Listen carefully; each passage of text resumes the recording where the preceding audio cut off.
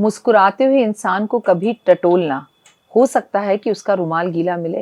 वो कहते हैं ना, तुम इतना जो मुस्कुरा रही हो, क्या गम है जिसको छिपा रही हो। नमस्कार, सुस्वागतम, वेलकम, अभिनंदन। मैं हूं आपके साथ आपकी अपनी होस्ट एंड दोस्त डॉक्टर वाई राखी। आपका स्वागत अभिनंदन करती हूं आपके, मेरे और माता रानी के इस खूबसूरत से प्यारे से फेसबुक यूट्यूब चैनल पर। सॉरी, फेसबुक की भी आज शूटिंग करी है तो मुंह से फेसबुक निकल रहा है।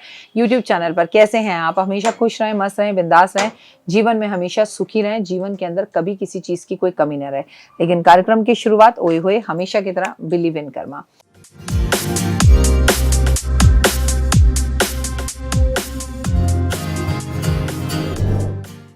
11 दिसंबर मोक्षा एकादशी बुधवार का दिन है।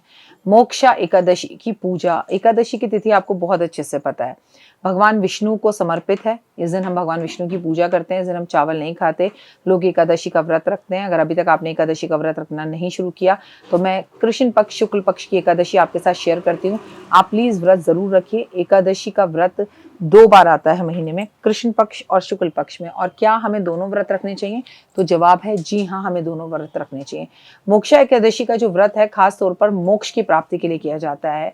इस दिन भगवान विष्णु की पूजा की जाती है और उपासना की जाती है। विशेषकर निम्नलिखित तरीके से एकादशी पर अगर आपके कोई अपने किसी कष्ट या तकलीफ में है तो 11 दिसंबर वाले दिन, जिस दिन बुधवार है, अपने पितरों के लिए इस व्रत को जरूर रखिए और उनकी मोक्ष की प्राप्ति के लिए। और अपने जीवन के अंदर किसी कष्ट और तकलीफ में है तो भी आप व्रत रखिए, लेकिन एक बार एकादशी का व्रत शुरू कर दिया तो फिर वो आपको तमाम जिंदगी रखना पड़ेगा। स्नान और पवित्रता का ध्यान रखें।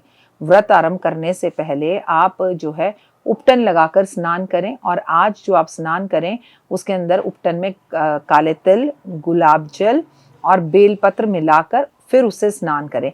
नहाने के बाद शुभ समय में भगवान विष्णु की पूजा करें और उनके स्थान पर अपने मंदिर में एक लकड़ी की चौकी, एक चौकी बिछाकर, पीला कपड़ा बिछाकर भगवान विष्णु और लक्ष्मी जी की तस्वीर उस पर रखें।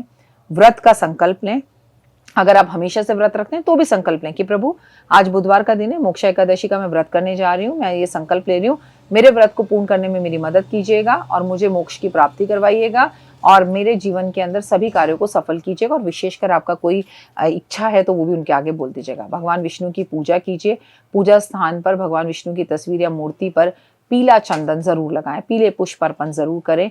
भगवान को जब आप सिंहासन पर बिठाएं तो उनके आगे गाय के घी का दिया, धूप, दीप, नैवेद्य अर्पण, प्रसाद अर्पित, सूखे मेवे, फल अर्पित जरूर कीजिए, जिससे भगवान विशेष आपको फल देंगे। और उसके बाद ये चंदन अपने माथे पर भी लगा लीजिए।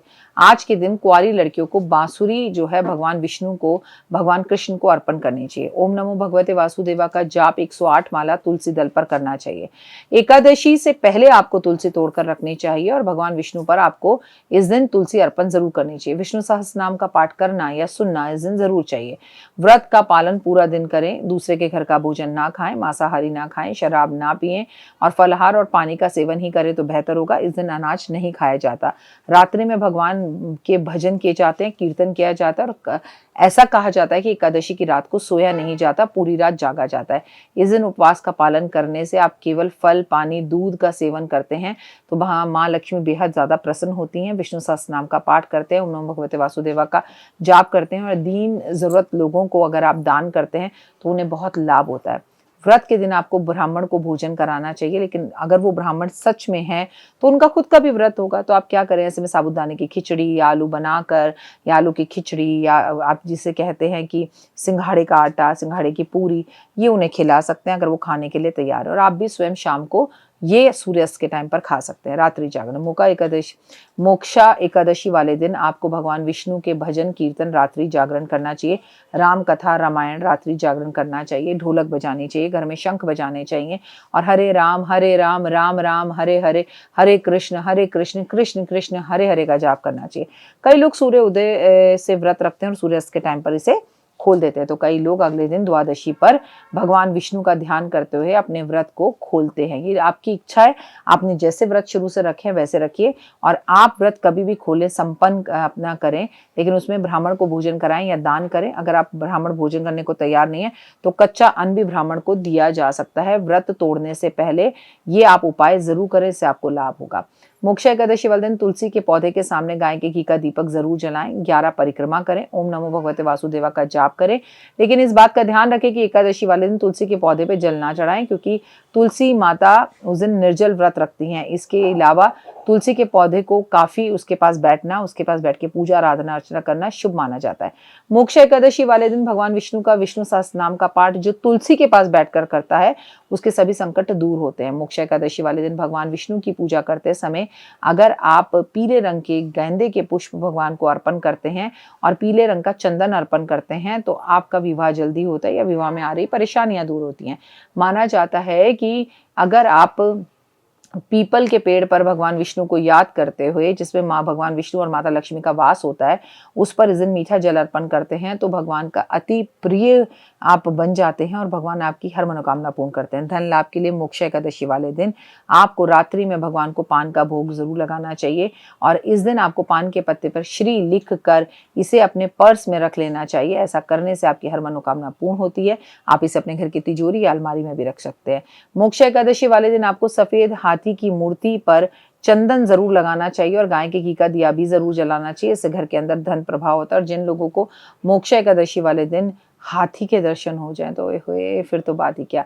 अगर आप अपने आसपास ताजगी बनाए रखते हैं तो 1 लोटा जल लें और उसमें 1 लाल पुष्प डालें और भगवान विष्णु के आगे उस फूल की सहायता से वो जल जो है छिड़कना शुरू करें और उसके बाद उस जल को शाम के टाइम पर पूरे घर में छिड़काव करें। बेहद ही शुभ होगा। इस दिन सूर्यदेव को जल जरूर दें, ब्राह्मणों को भोजन वस्त्र दें और जरूरतमंद लोगों में धन बांटें। ये आपके लिए बहुत अच्छा रहेगा। व्रती को मंदिर में जाकर कुछ सामग्री जरूर अर्पण करनी चाहिए। इस दिन भगवान शंकर पर आप बेलपत्र अर्पण कर सकते हैं, दूर्वा अर्पण कर सकते हैं, लेकिन चावल या कोई भी अनाज भगवान शंकर पर भी अर्पण ना करें, क्योंकि भगवान शंकर का भी उस दिन एकादशी का व्रत होता है। लेकिन बड़ी मजे की बात आपको बताऊं, ऐसे बहुत सारे भगवान के मंदिर हैं जहां पर एकादशी वाले दिन भगवान विष्णु को चावल का ही भोग लगाया जाता है, जबकि हम चावल नहीं खा सकते। उनका ये कहना है कि भगवान विष्णु को चावल की खिचड़ी का भोग इस दिन विशेष तौर पर लगाया जाता है। आपको एक बात और बताऊं, इस दिन बुधवार का दिन है, तो आपको क्या करना है, गौशाला जरूर जाना है, क्योंकि भगवान गौशाला में वास करते हैं। गौशाला में अपने वजन के बराबर हरा चारा गाय को जरूर देना है। मान सम्मान प्रतिष्ठा बढ़ाने के लिए इस दिन आपको 108 बत्ती बनाकर गाय के घी का दिया लेकर गौशाला में जरूर जलाना चाहिए, क्योंकि एकादशी की तिथि दान पुण्य और सादगी से रहने की है। दोपहर में एकादशी का व्रत रखकर सोना नहीं चाहिए, दूसरे के घर का भोजन नहीं खाना चाहिए। अगर आपको किसी कारण दूसरे के घर जाना पड़े तो भोजन का इंतजाम अपने घर से करके लेके जाएं, या जो भोजन उसका खा रहे हैं उसके बदले में उसे पैसे दे दें। फिलहाल दीजिए इजाजत। नमस्कार, जय माता दी।